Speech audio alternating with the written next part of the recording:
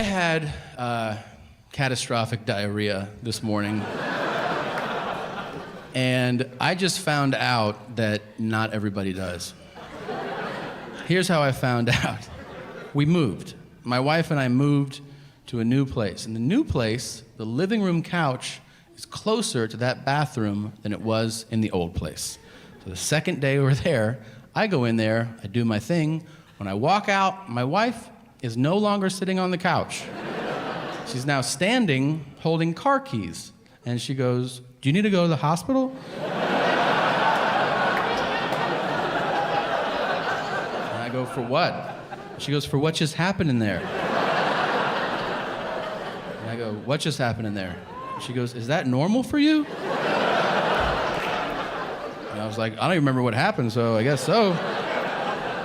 She goes, "Jesus, how often do you shit like that?" And I was like, "Every day." She goes, "Oh my God, is there blood in there?"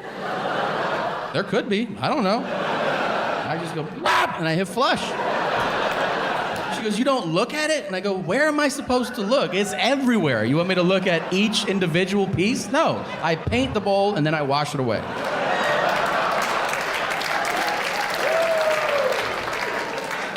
That's how I found out at 34 years old that not everybody has diarrhea every day.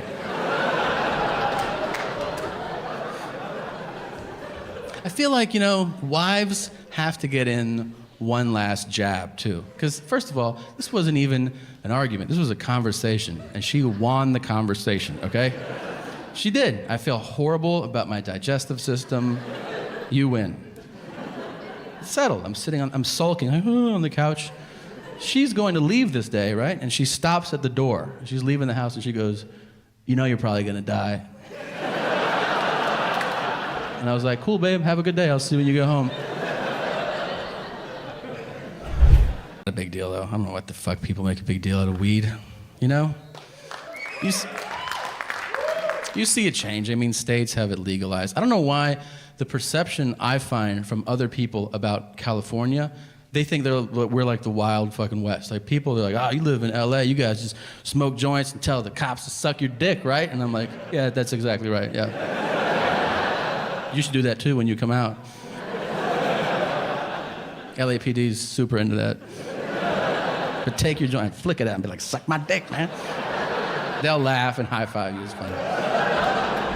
God, it's country. I ask people all the time. I hear shit. You cannot make this. I was at a show. I asked people in the audience, like, "What's your fucking craziest thing?" And a lady in the front row, she goes, "I have one." And I go, "What is it?" And she goes, "Oh, never mind." "What is it?" And she goes, "All right, I like to think of different scenarios in which to kill my husband." And I was like, "Damn." And he was sitting right there, and he was like, "That's what's up. That's what she likes." I was like, "Really?" And she was like, "Oh, yeah." I go, "You go, I'm super horny. I had the best dream. You were floating in the pool, and then I threw a cement block at your head." And she goes, "That would be a great one." Same show, I swear, a lady goes, "I have one." And I go, "What is it?" And she goes, I like to sit on my husband's face." And I go, "That's not that unique. You can't really claim that that's your weird thing." And she goes, "Yeah, but I only like to feel his eyelashes against my butt cheeks." And I was like, "What?" And she goes, "Mm-hmm." And I was like, "I didn't even know that was the thing." And she's like, "Oh yeah, like, where the fuck have you been?" And I'm like, "What if he sneaks a lick like that?" And she goes, I go, "No! I just want to feel squink, squink, squink." Hold on a second. I got into online shopping recently. I guess that's a thing. Here's what I've been doing, though. I shop for things that are like way out of my price range. And then after a while, I go, "Oh yeah, I can't afford that." Like today I was looking at yachts online, and then I was telling myself I didn't want them as if they were an option, I was like, 155 feet, that's not even big enough for all my friends and family. I'm not getting that shit. What the fuck am I doing? You ever do that? You ever go down like a rabbit hole online and then like 6 hours have gone by and you're like, "I'm shopping for the private jet that best suits my needs." I think I found this is it right here, the G550. How much is this? Place order, $53 million. Well, maybe not now, but maybe later. I'll just bookmark that shit for now. You know what that is? That's a sense of entitlement. That's me thinking I should be associated with this thing, and I haven't earned it. I have, neither of you, but also me. That I need a hobby. Because my work day just started like now, right now. And here's the thing, it's not even that big a part of my day. So even if it doesn't go well, it's like, you know, still a pretty good fucking day. Like it wasn't a bad day. It just, you know, that part at work that for an hour just didn't go to my liking, and then I had a great day otherwise. Because my whole life is basically, you know, it's hotels. Being in a hotel, just waiting for the show. Sad, right? I'm just waiting for the show to start. And you're like, what am I gonna do? I mean, you can only jerk off so many times before you're like, all right, I'm gonna do it again, but right now it hurts. Should find something else to do. I absolutely ruin hotel rooms. Like, if you stay in a hotel room after I stayed there, shit is gonna itch on you, okay? Just being honest. Come on, hotels are great. Everybody loves hotels, especially when you check in with your significant other. Why? Because you know in a hotel, you're gonna have sex, but you're gonna have an elevated form of sex. You're gonna have hotel room sex, which is let's have sex, but let's also disrespect this room. Yeah. I do that too, except I'm alone. Like, I always wipe my balls on the curtains because I know they don't change those.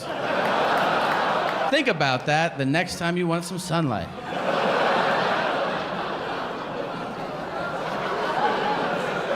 Or don't, just know that it's on your hand, you know what I mean?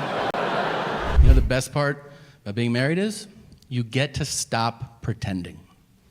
And that's what fucking dating is. It's an act. You're on Broadway. For however long you're dating, you're doing an act. And it looks exhausting. This way, if you're dating, you've ever been out in public and you see married people look at you like this, and you're like, what the fuck are they looking at? They're tired for you.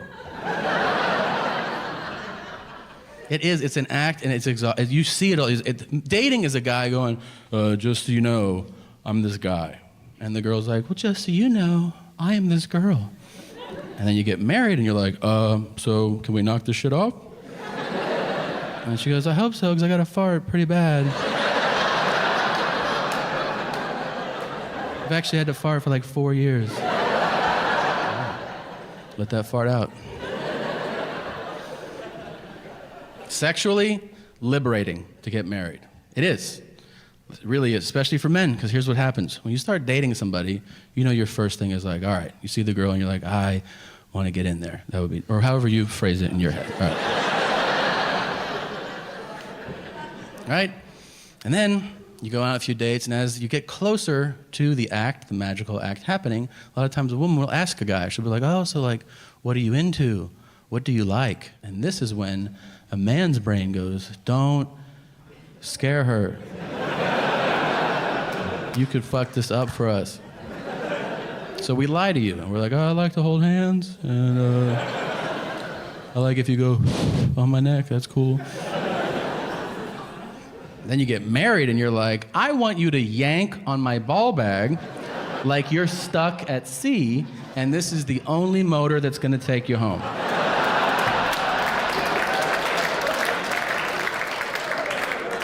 A lot of girlfriends can't handle that shit. Girlfriends will be like, oh, what? But a wife will go, that it? And you're like, oh yeah, I get you for like 50 years. She's like, yeah, I'll spit butter in your ass, whatever you want, man.